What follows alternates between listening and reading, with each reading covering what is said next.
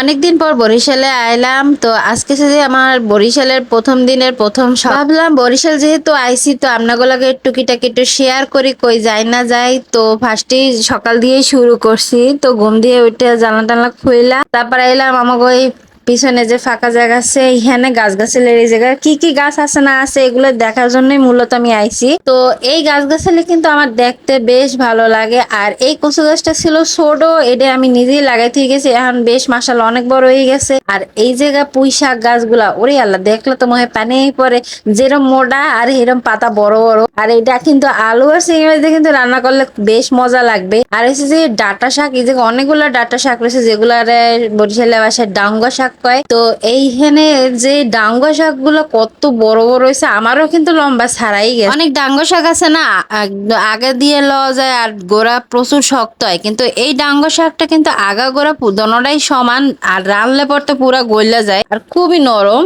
আর এই শাক কিন্তু খাইতে বেশ ভালোই লাগে ডাঙ্গা শাক। এই জায়গায় কিন্তু অনেকগুলো ডাঙ্গা শাক আছে। আর এই পাশে কিন্তু মিষ্টি কুমার গাছও লাগাইছে। ভাগ্য বলে আমাকে এখানে পিছনে একটু ফাঁকা জায়গা পড়ে ছিল, এর লাগে একটু গাছ গাছালি লাগাই খাওয়া যাইতে আছে। আর আর লাগাই খাওয়ার মজা কিন্তু বেশ আলাদা, গাছে কিছু যদি হয় এটা কিন্তু খাইতে বেশ মজারই লাগে। আর এই পাশে একটা পেঁপে গাছ আসলে, এই পাশে অনেকগুলাই ছিল পেঁপে গাছ, বাকিগুলো মরে গেছে। তো এখানে একটা পেঁপে গাছে পেঁপে ধরছে, এটা গাছটা অনেক বড়ই। আর এই পাশে একটা ছোট পেঁপে গাছ আছে, এই ছোট গাছটা বেশি পিসি কিন্তু পেঁপে হয়েছে বেশ বড় বড়। আর নিচের পেঁপেটা কিন্তু প্রায় পাকার পথে। মাঝে মধ্যে মনের মধ্যে এমন শখ জাগে, মনে হয় যেন পুরো একটা বাগান করিয়া হেলাই, যে বাগানে সব কিছু পাওয়া যাবে। আমার মতো এরকম আপনাকে কার কার বাগান করতে মনে চায়। তো এই বেগুন গাছটা কিন্তু আমি লাগাইছিলাম, আর আমার কিন্তু বেগুন বরাবরই সবসময় বেগুন তরকারি ভালো লাগে খাইতে। এই পাশে আবার অনেকগুলো কচু গাছ আছে, দুধমান কচু মনে হয়। তো এই কচু কিন্তু খাইতেও বেশ মজা লাগে। আর এরপর আমি উপরে চলে এলাম, উপরে ছাদে। তো এই জায়গাও কিন্তু অনেকগুলো ধনিয়া পাতা ছিল,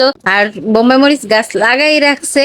আর এইখানে লকট গাছ আছে, তো এক ধাপ শেষ লকট, আমি আর আইয়ে পাই নাই। তো আরেক ধাপ ওইতে আছে, সেটাও মনে হয় না আমি পামো। তো এই গাছে অনেকগুলা আম ধরছে, আমগুলা কিন্তু বেশ বড় বড় হয়। আর আমাকে এই গাছের আম কিন্তু বেশ মিষ্টি হয়। তো ছাদ দিয়ে আমি দেখাই দিলাম আমাকে ছোট্ট খাটো একটা বাগান উপরে দিয়ে দেখাই দিলাম। তো আর সামনে কিন্তু আমাকে সিএনবি রোডের রাস্তা দেখা যাইতেছে বরিশাল, যেহেতু এখন সকালবেলা এর লেগে গাড়ি ঘোড়া একটু কম। যদিও এত সকালবেলা আমি উঠতাম না, কিন্তু আমি বরিশালে যেই কাজের জন্য আইসি এই কাজটা তো আগে করতে হবে। আমি বরিশালে আইসি আমার ক্যাম্পাসে যাওয়ার লাগে, ক্যাম্পাসে কাজ আছে। আর ক্যাম্পাসের ভিডিও টুকিটাকে আমি পরে দেখাই দেবো। এই পাশে হাঁটতেই আবার দেখলাম যে আমার চাষির কাছে অনেকগুলা কাঁঠাল হয়েছে, ভালোই হয়েছে, কিন্তু জানি না কাঁঠাল গুলা কার কার কপালে আছে। যদিও আমার কপালে মনে হয় না এই, কারণ আমি থাকবো না। তবে অবশ্য থাকলেও কি আর না থাকলেও কি, অধিকাংশই আত্মীয় স্বজনের গাছের জিনিসপত্র কিন্তু সবার ভাগ্যে জোটে না। ধাপে ধাপে বরিশালের ভিডিও গুলো দিয়ে দিব, মানে আপনারা সবাই লগে থাকেন। আল্লাহ হাফেজ।